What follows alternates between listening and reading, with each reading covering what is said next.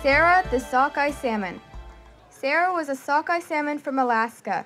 She and her many brothers and sisters were hatched from their mother's eggs in a lake. The first few weeks after hatching were scary, the most vulnerable time she would know. In this stage, she was just an alevin, not swimming much, just staying low.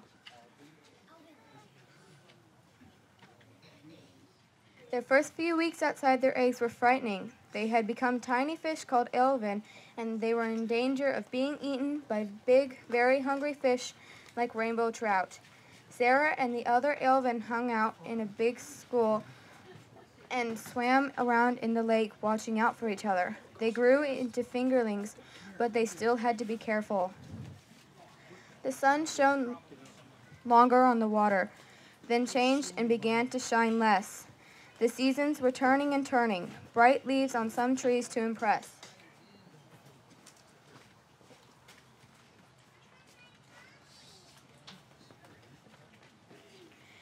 As she grew throughout the year, Sarah could see and feel the seasons change from warm in the spring to hot in the summer, to cool in the fall, and to cold in the winter.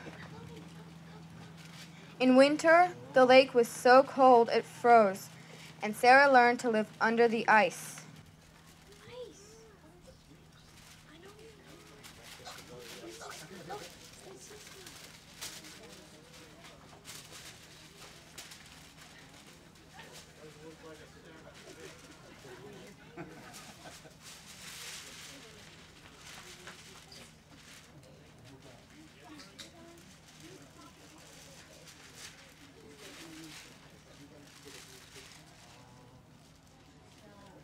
Under the ice.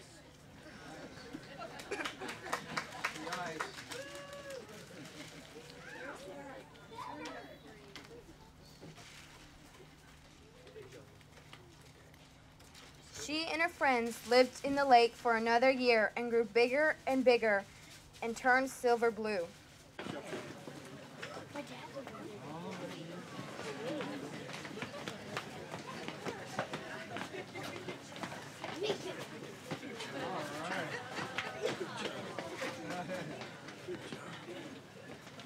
Then the next spring, she and some of her friends swam into a small creek that flowed out of the lake and into a large river. Sometimes the water flowed slowly and sometimes quickly. One day, suddenly the current began to move rapidly, and Sarah and her friends were carried downstream faster and faster. Then whoosh, they went down a waterfall. It was so exciting, frightening, and fun at the same time. When they got to the bottom, they kept on swimming. Some time later, they came to the end of the river, and the water became deeper and tasted funny. It was salty. The river had come to the edge of the ocean. It took a while for Sarah and her friends' bodies to adjust to the salt water and become smolts.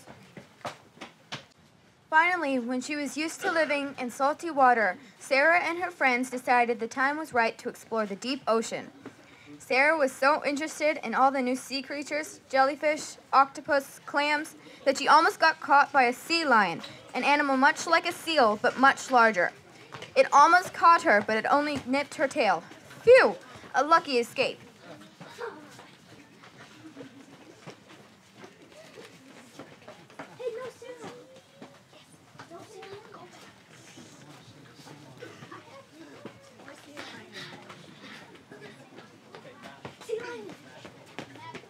One day, while they were eating smaller fish, crustacean and such, a big old sea lion attacked them, he with a most deadly touch.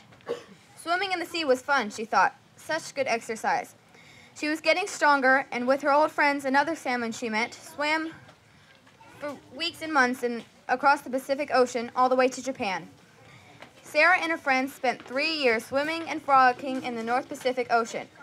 Sarah, some family and friends, swam the Northern Pacific Expanse, a place known to all their ancestors. They didn't go there just by chance. But there was a trap in the ocean she almost didn't escape.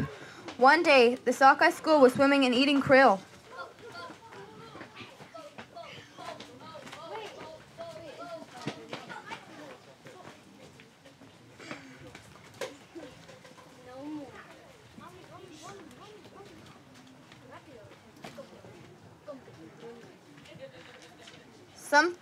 Something started to happen.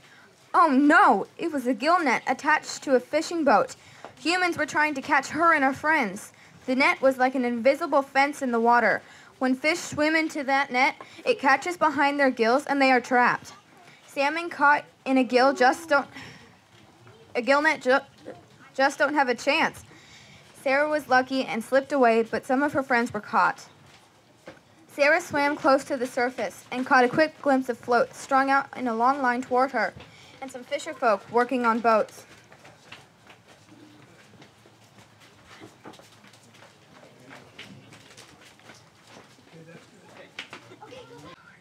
Then one day, Sarah began to wish she were back in her lake.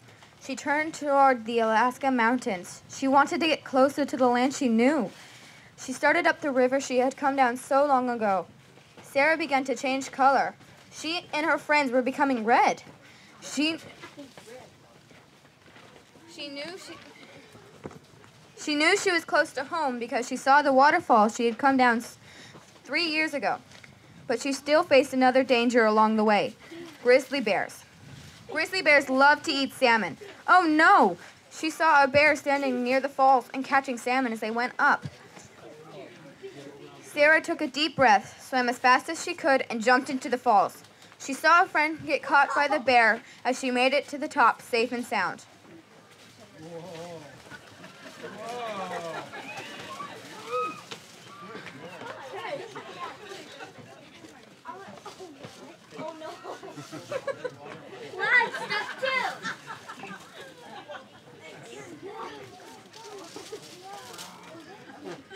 On Sarah swam to the small creek she had bounced down when she was young.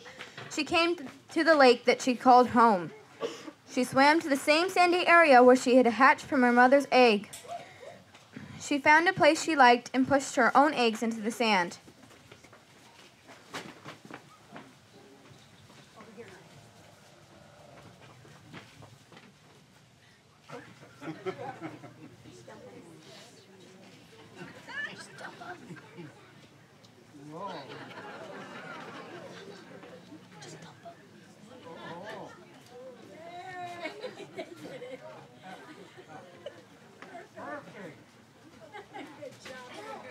She swam a small distance away while a male salmon fertilized her eggs.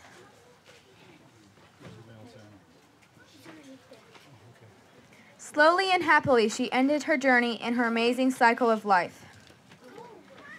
Now Sarah's journey was over, her wonderful story complete. She ended her cycle where it started, in water so clear and so sweet. If we think about Sarah and the Sockeyes and think of all they go through and use their lives as an example, we will meet our life challenges too. Everybody out there, everybody out there. Now, sit down.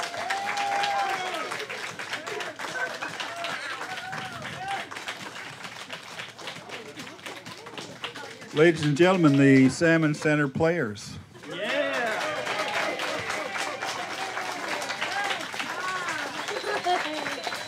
And thanks to Emma Ray for the wonderful narration. Thank you. It